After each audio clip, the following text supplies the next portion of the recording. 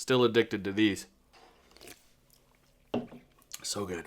This video is everything you need to know about the Jackery Explorer 1000 solar generator and is part 1 in a 2-part video series. This video will be a full overview of the unit, and part 2 will be a showcase of 15 ways to use this in the real world. Now, both videos are sponsored. Jackery is paying me, and I am using that money to shamelessly pay for my mortgage, feed my family, and fund future videos. So, thank you for watching this video and supporting.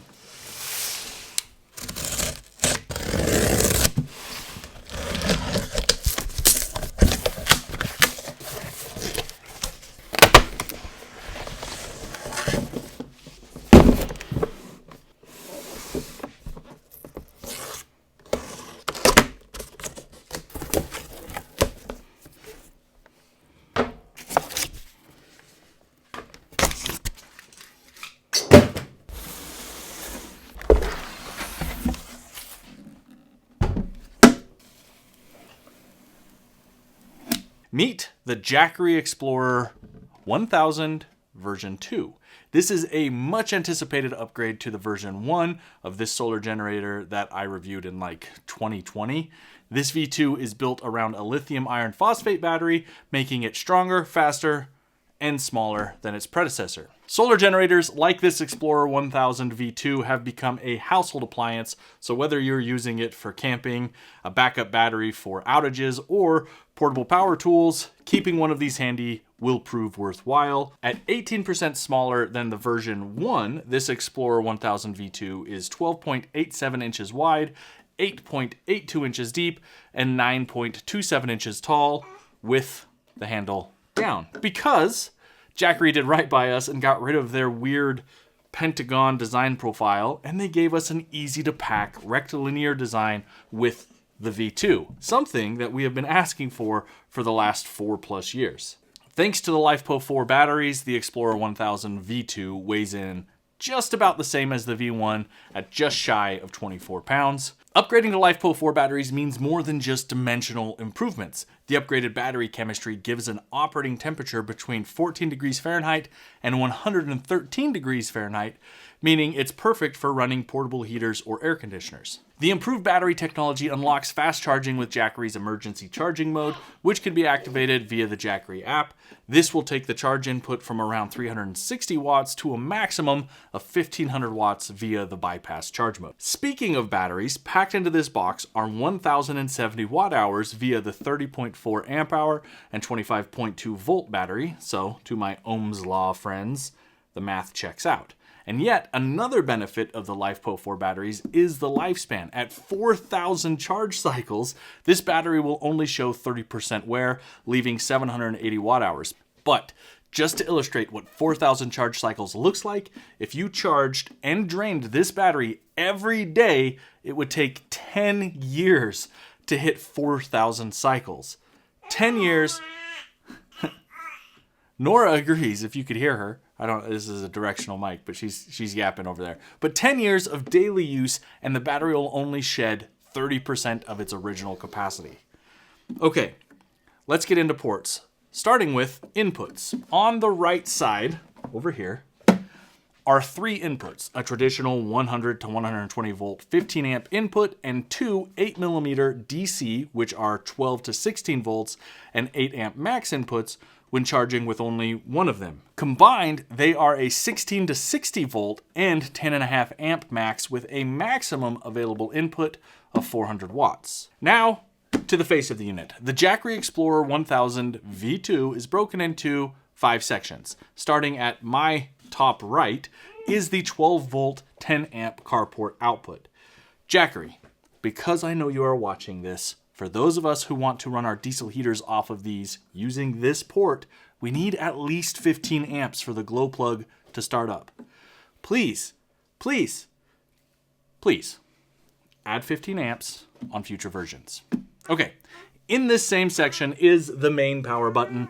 To access any of the features of this unit, you will need to hit that main power button first. The second section is the main display. It is a bright and clean LCD display and the first home for all of the information you'll need about the battery's operation. The second home is the app. Now, if you have seen my earlier video in which I tried and I struggled and all of that stuff to access the app, I ended up purchasing this unit and it connects to the app with no issues. So, as I suspected, the unit that Jackery had sent me for this video series was defective.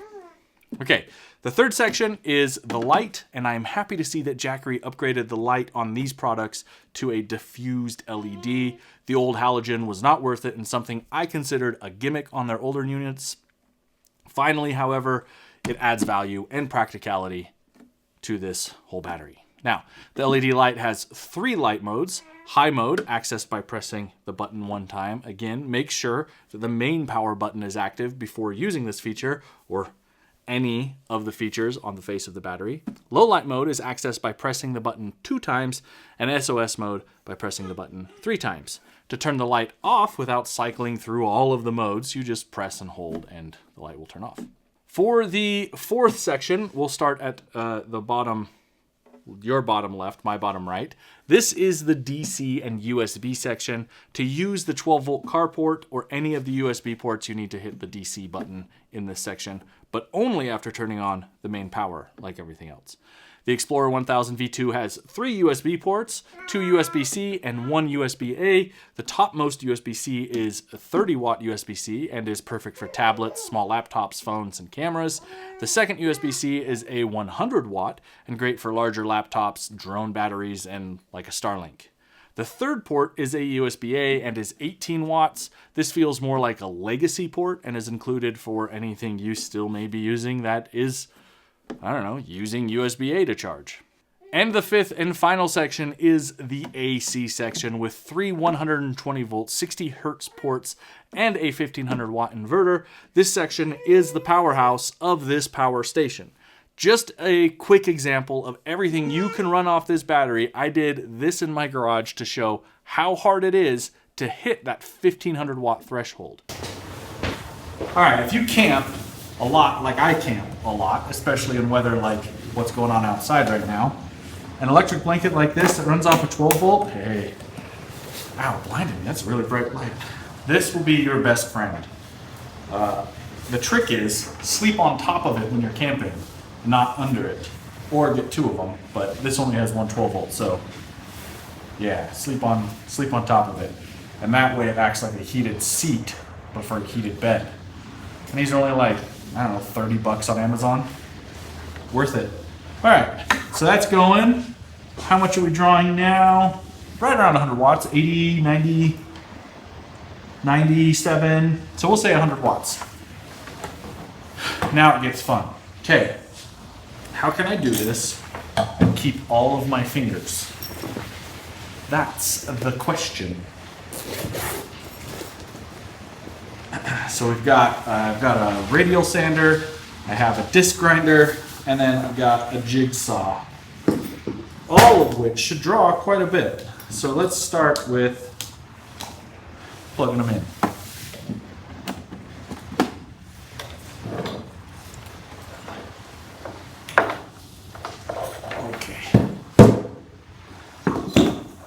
Okay. That's that one. And the scary one. Everybody loves a disc grinder. Okay. So AC is on just to show.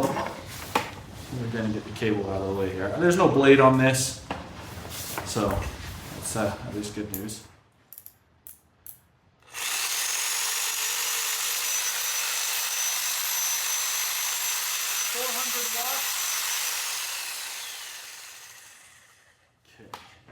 Let's see what I can do.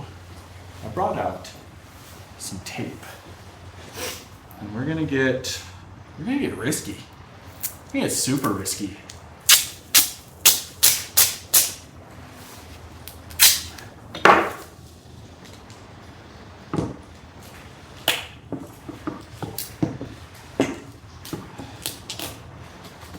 All right.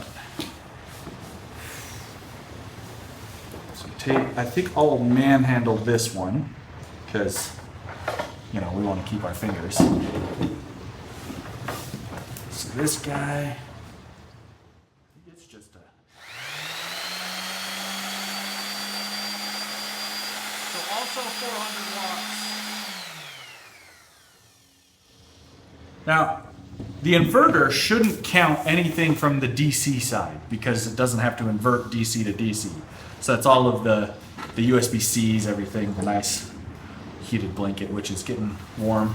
So only these three should require anything off of the inverter. And where this is pulling about 300 watts, this was 300 watts. I'm curious what the grinder here gets. Let's see.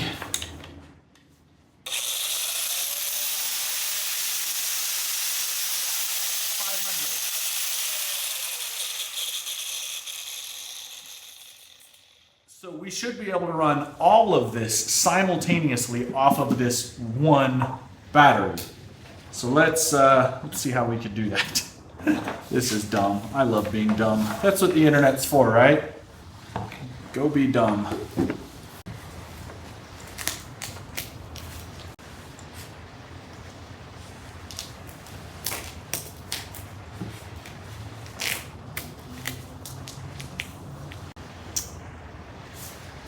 Does this have a lock?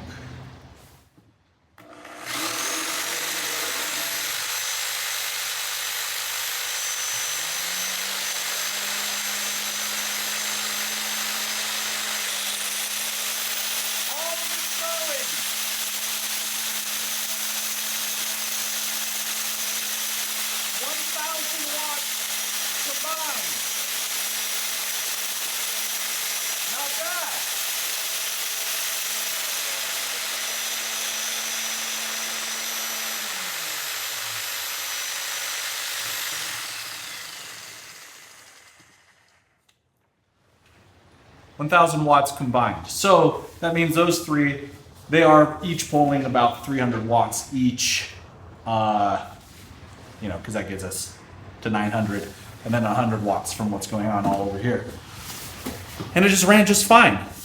The thing is, because it's just over 1,000 watt hours, that means all of that would run consecutively for 1 hour. That's pretty legitimate. That's pretty good. So, back to the basement. So, in short, there have been a lot of great improvements to the V2 over the older V1 that I say earn my approval for a battery worth adding to your kit. And they are the new battery chemistry, the fast charging, the LED light, the 1500 watt inverter, the collapsible handle, the double 8mm inputs, and the app when it wants to work. But it isn't all roses and clover over in this new unit. The 12-volt carport is a huge bust for those of us wanting to use diesel heaters. There are only 3 USB ports. 5 seems to be the new minimum on other comparable power stations in this class. And the lack of an included car charger.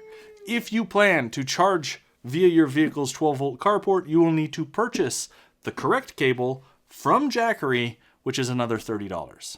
All right, as far as final thoughts, I think that this is a home run for the Jackery team, and adding that this is the base model of their Explorer 1000 line just hypes up their other Explorer 1000 models like the Explorer 1000 Plus, which has a 1265 watt-hour battery and 4 USB ports, and then their Explorer 1000 Pro, which is designed for advanced uses like installing in a vehicle. Clearly, Jackery has struck a nerve with their latest launch because they earned a #1 bestseller rating on Amazon after their Black Friday sales this year. So, if you found this video helpful at all in making your decision to purchase one of these units, please consider using the links that are in the description. I do earn a commission from those sales, and since being a YouTuber is basically a sales job, those commissions are a primary way that I keep the heat and lights on here at home. Thank you so much for watching, and make sure to catch part 2 of this series where I show off 15 ways to use the Jackery Explorer 1000 version 2 in real life. All right, that does it for me. If you liked the video, please like the video. If you have a question, leave me a comment. And if you want to hang out again, well, make sure to subscribe. Until next time, I'm Justin B. McBride.